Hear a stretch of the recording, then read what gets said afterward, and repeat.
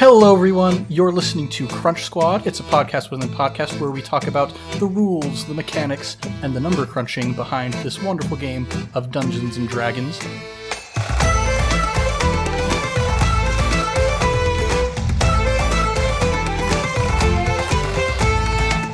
I'm your host, Ned Wilcock. Let's talk about some rules.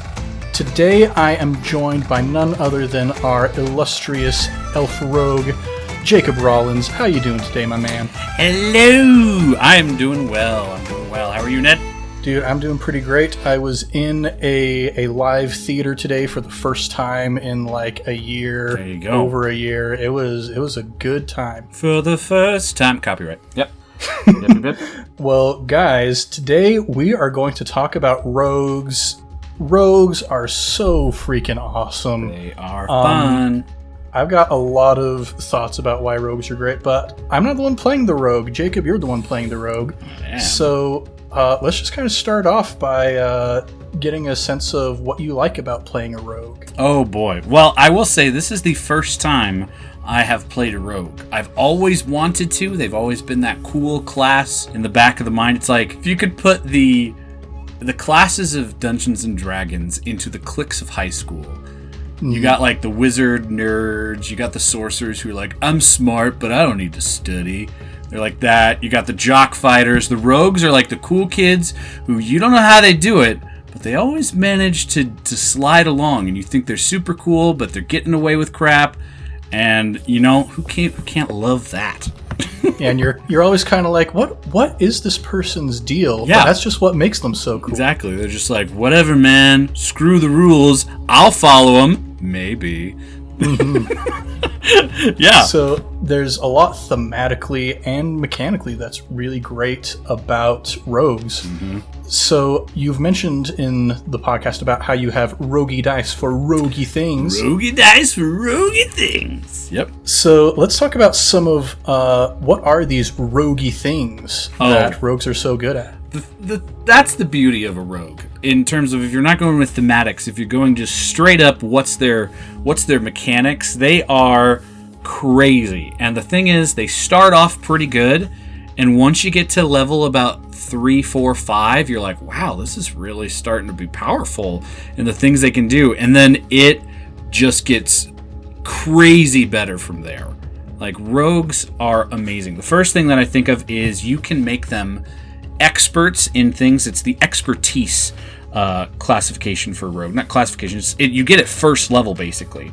And you just basically, as kind of in the rule book it says, you can pick 2 proficiencies, and what you're doing is you basically double your proficiency bonus. And so whatever skill you like in Dungeons and Dragons, you're like, I'm the guy who I want to see everything. I'm the person who wants to investigate everything. I'm the person who wants to just be able to jump up and down city walls, and I'm fine in acrobatics. You can, instead of just being like, okay, well, I have to do really well in those categories, obviously you want to, but then you can go crazy with them with this feat. And I love the skill rolls. That's one of my favorite parts of D&D, is rolling skills. Yeah, proficiency is one of my favorite things about D&D 5e as a system. This idea that, some people are just better at things than other people because they've spent more time studying them.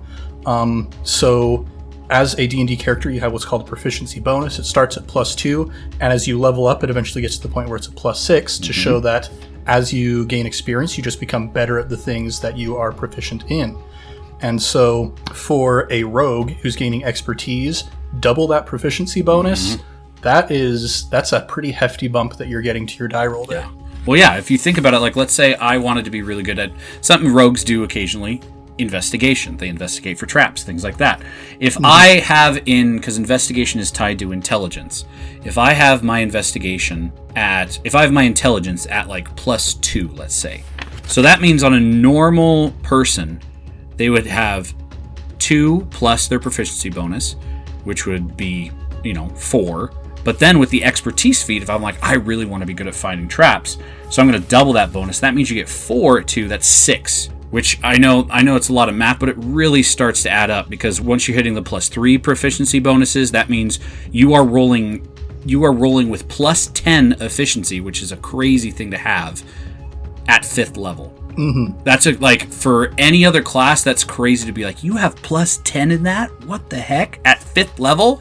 And this is like, yeah. So if I roll a 10, I'm automatically or if I roll a 10 or above, I'm automatically above 20 with this expertise feat. It's amazing. Yeah, so we've got like Fleeple over here giving himself guidance on every single roll that he can. And I think the max that I've gotten for a roll has been like plus 7. And Lance is over here like, oh, plus 10 stealth, no big deal. And that's just like the idea of rogues. It's like they are very, very good at what they do.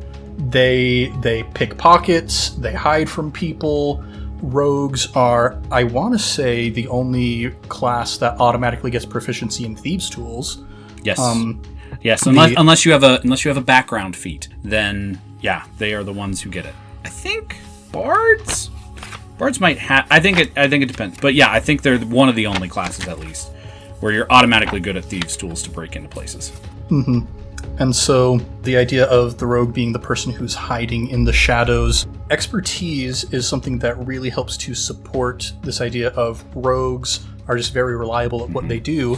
But even later on, I know what you're getting at. When you get to level 11, I'm so excited for this.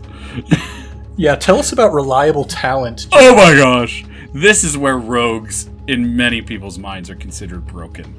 Broken in a good way, because they just go crazy at level 11. Level 11, reliable talent.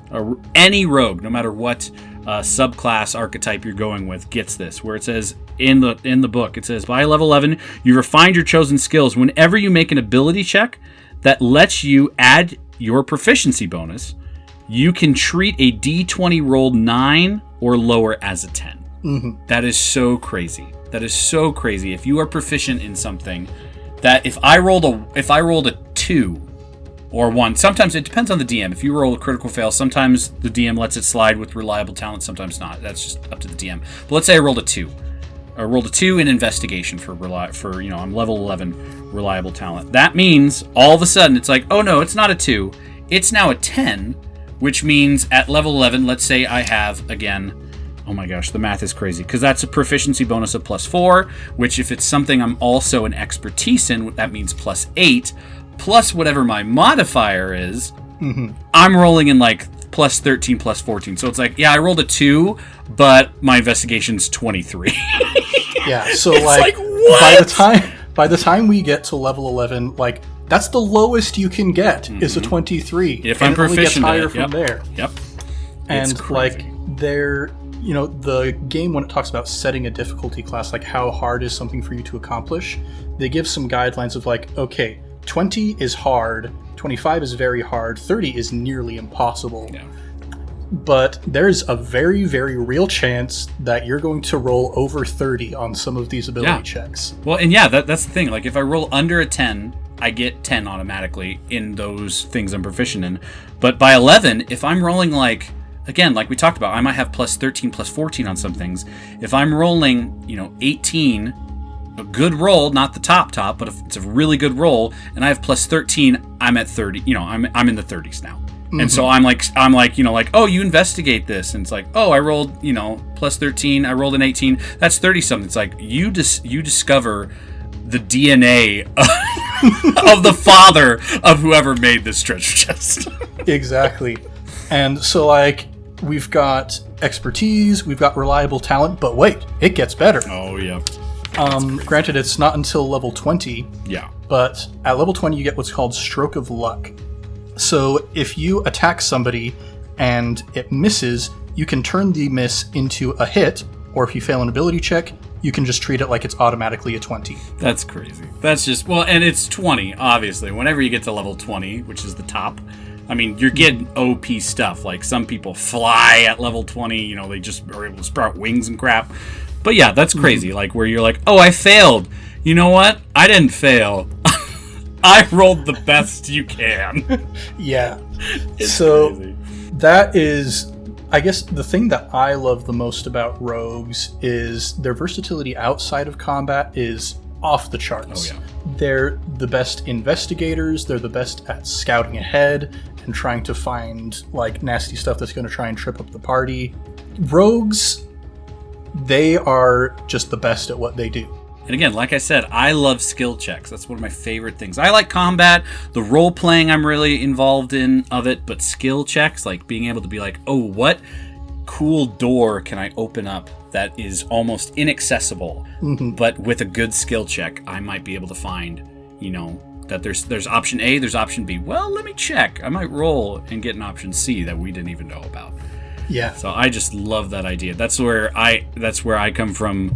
In any video game I play, I'm always like, I gotta get up those stats, because if you ever play a video game with like a conversation like choose thing, and they're like, oh, you could have done that, but your charisma's not there, I usually exit out of the conversation right away, go do something that boosts my charisma, and come back to the conversation, because I'm like, I want that third door. I want that third door. I want to get in there. And so, yeah, rogues are so good at being able to find ways that maybe even the DM didn't realize.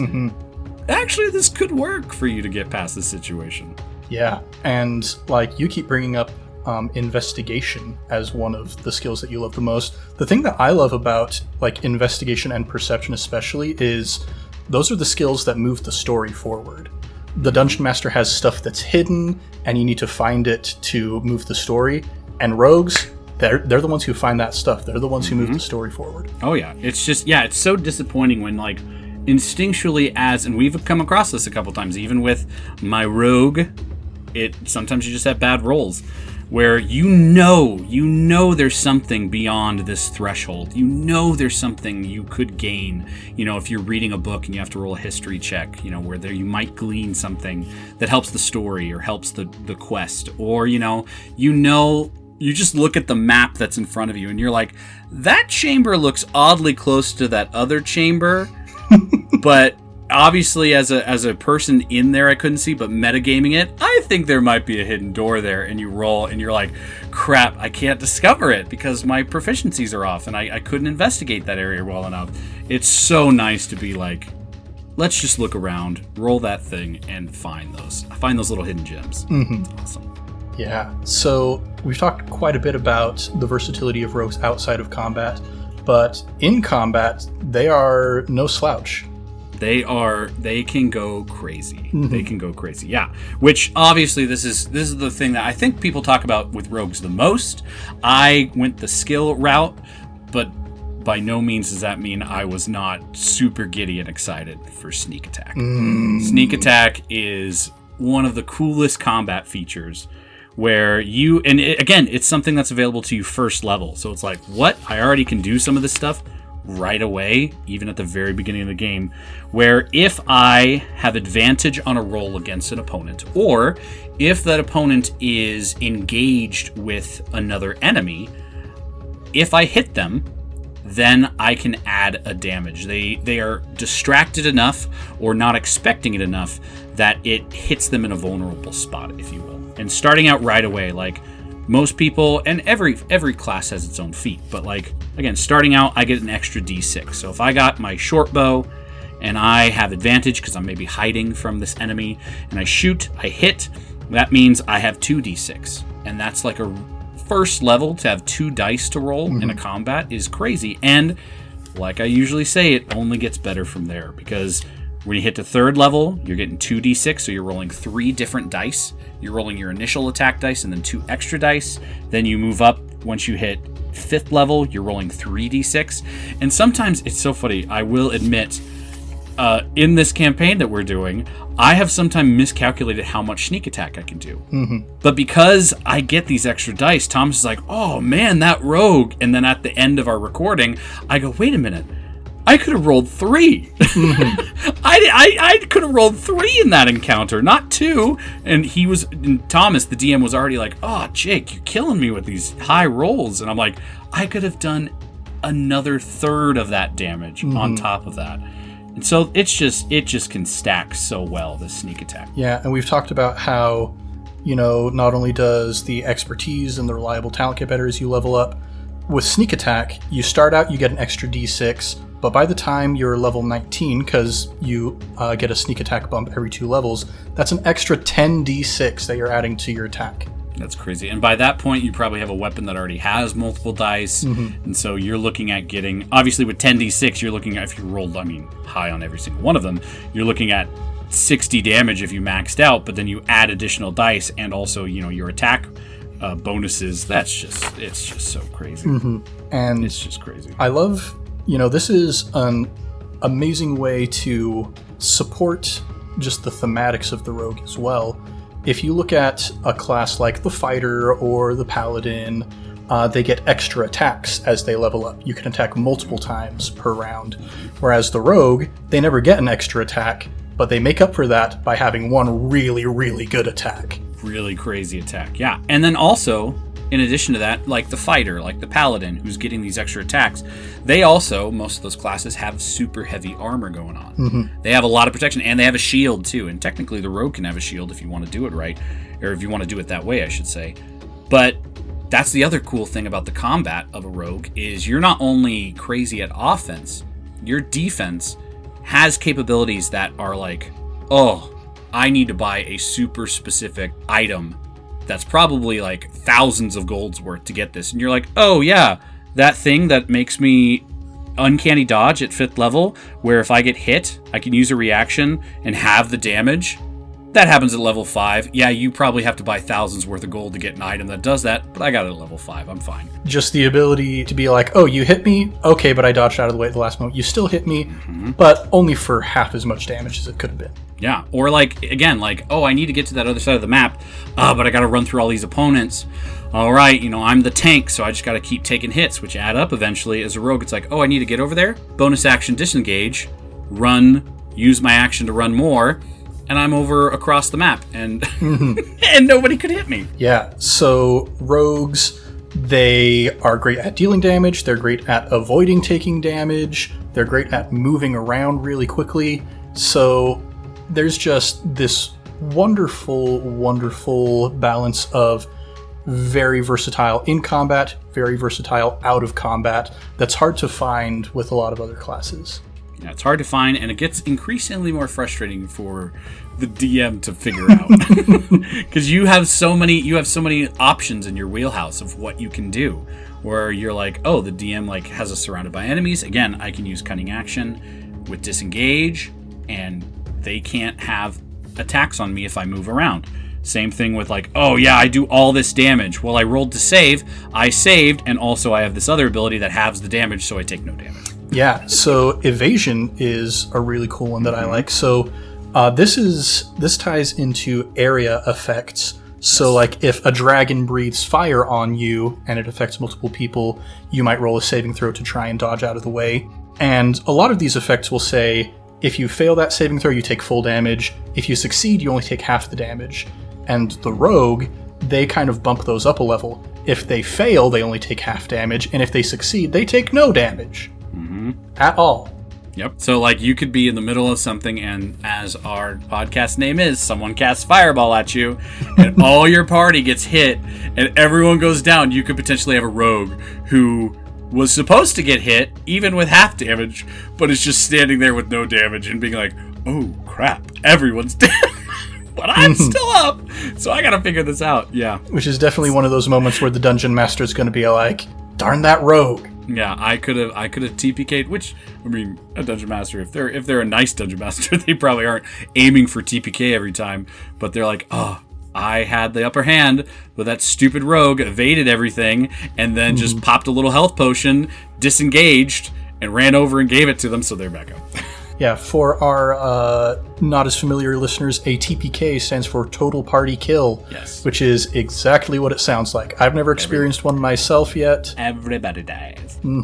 But yeah, rogues, we could continue to talk about rogues for hours and hours, probably. Well, and we've talked about just the basic of a rogue. We haven't even talked about their subclasses, which have such cool things where you can be even more crafty in thieving. You could be a spellcaster, which gives you the upper hand in a lot of things, and illusions and things.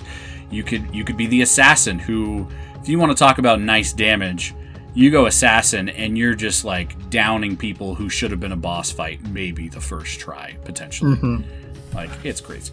And maybe kind of seeding the pot. Is that a term? Seeding the pot. Put some seeds in this pot and see what happens. Yeah, to maybe build some hype for a future episode. Lance's subclass is super cool. Yes. I don't think I want to get into it too much yet because it has a lot to do with his backstory, which I don't still know like anything about. So I don't want to spoil anything that's going on with him story-wise. But when that eventually makes it out, I really want to talk about Lance's subclass. Yes. Because it is amazing. I love it. So ever since I have, I don't want people, if anybody is a listener and a total geek listener, you're probably going to look it up. You're probably going to figure it out anyway. But I won't say it yet. But I will say when I first saw that subclass, it was immediately, I'm like, I'm going with that one. Because that not only gives you really cool abilities as a rogue, but also just can give you so much of a storyline. And I love storylines. I know there's some people who just like, the campaign's the story enough, which is true. And I respect that. But I also love adding personal flair to a Dungeons & Dragons campaign. And that comes from a backstory. And this can really help with that. So stay tuned to this channel to hear what's going on with that scarf. He was okay. I'll say it. He's a fashion designer. You can fashion design as a subclass. Which I guess a little bonus tidbit as far as subclasses. The idea being that when you pick a class, that's like a specialization that you have, but you can even further specialize within that. So like we mentioned, if you're a rogue, you can be a rogue who's a thief and is really good at stealing stuff. You can be an assassin who's really good at just murking people. So yeah, subclasses, I love them. I get giddy whenever they announce new subclasses. Mm-hmm. Yep, whenever I've created a new character, I always pull up every subclass that's available, not just in Player's Handbook, all that's out there, and research the crap out of them, and they're so fun. So we've covered a lot of like the basics of what make rogues such a great class to have in the party. Is there anything else in particular that you want to mention before we sign off? Is there anything else I want to mention? I mean, if you're already into this pretty well, if you're already listening to this episode pretty well, I guess the thing I want to mention should have been at the beginning, but don't let the mechanics of Dungeons and Dragons scare you. I was, when I started, which I think we'll get more into the episodes I do for bonus stuff, which is Meet and Geek, and we'll have one focusing on me. I'll get into it more there, but when I got into it at first, Dungeons and Dragons, Pathfinder, things like that, I was like, I don't want to have leisure time where I'm having to add and subtract and divide and do math and figure out things. Like, I was really intimidated by all of the mechanics. And I would just say don't let that stop you from an amazing storytelling adventure. Don't let it stop you. Don't let it stop you from getting involved. Obviously you got to find the right people, but there are so many people in the Dungeons and Dragons community that are so patient, that are so willing to walk you through what's going on. There's some jerks out there, I will admit that too. Mm-hmm. But there's so many who it's just such a great camaraderie of being able to do these adventures. And I just encourage anybody that if you're like, this sounds like a great story, I don't get the rolling dice and I never want to do it myself, do it. Take a shot, find a group, find a friend who always geeked out about it, that you were always hesitant about. Get involved in it, because it can lead to some of the best, funniest memories where you're all just laughing around the table, even when it's one of the most serious situations of fighting, like a scary crap thing. But you're just loving every minute of it. So that's the only thing I have to add. Yeah, and especially if you've got a great dungeon master like Thomas, yes, who is very patient and knows the rules quite well, you just, even if you don't know anything, you say what you want to do, and if you got a good dungeon master, they'll tell you what you need to do to make it happen. Mm-hmm. Well, thank you all for listening to us just geek out about rogues and how wonderful they are. And, keep listening, because we record a little bit in advance, and Lance, he's got some cool stuff that goes on coming up. We all got some cool stuff. Even the Fleeple, who says he doesn't have a backstory, but every time something comes out of left field, you're like, what did you do in your past? So there's a lot of fun things for all of our characters, for sure. Well, thank you everybody so much for listening to Crunch Squad, a subsidiary of iCast Fireball LLC. We hope that you've enjoyed listening as much as we've enjoyed talking about how awesome rogues are. From wherever you get your podcasts, please leave us a review. It boosts our ratings throughout each podcast service. It puts our show in other people's recommended feeds, and it lets us know that you like what we're doing. And we'll give you a shout out. Yeah. And, especially if you want to write something maybe a little longer than a review, you could also email us at icastfireball2020@gmail.com. We would love to hear from you. We would love to shout you out on our podcast for being awesome. And we're hoping to get the word out there and set this podcast on fire. Fire! So, to get the most recent up-to-date content from all of us here, please follow us on Instagram and Twitter with the handles icastfireball20. There, you can get possible sneak peeks of upcoming episodes, interesting insights from the players and DM, and behind-the-scenes shots of us making this incredibly fun world. Just a quick shout-out to our sister podcast, Improv What's that Tabletop. sister podcast, Ed? Yeah, I have no idea what this podcast is, but it's called Improv Tabletop, and apparently there's a resident kobold here who takes a turn as the GM and runs through mini one-month adventures using the Fate Accelerated Tabletop system. So whether you like tabletop games, improvisation, or just hearing my voice for whatever reason, we recommend that you go and give Improv Tabletop a listen. Lastly, please like, subscribe, and share with your friends and fellow wacky adventurers. Until next time, I am Ned, your host for Crunch Squad, and I've been joined by Jacob, who plays Lance Thalen. Keep the fire going, and we'll see you next time.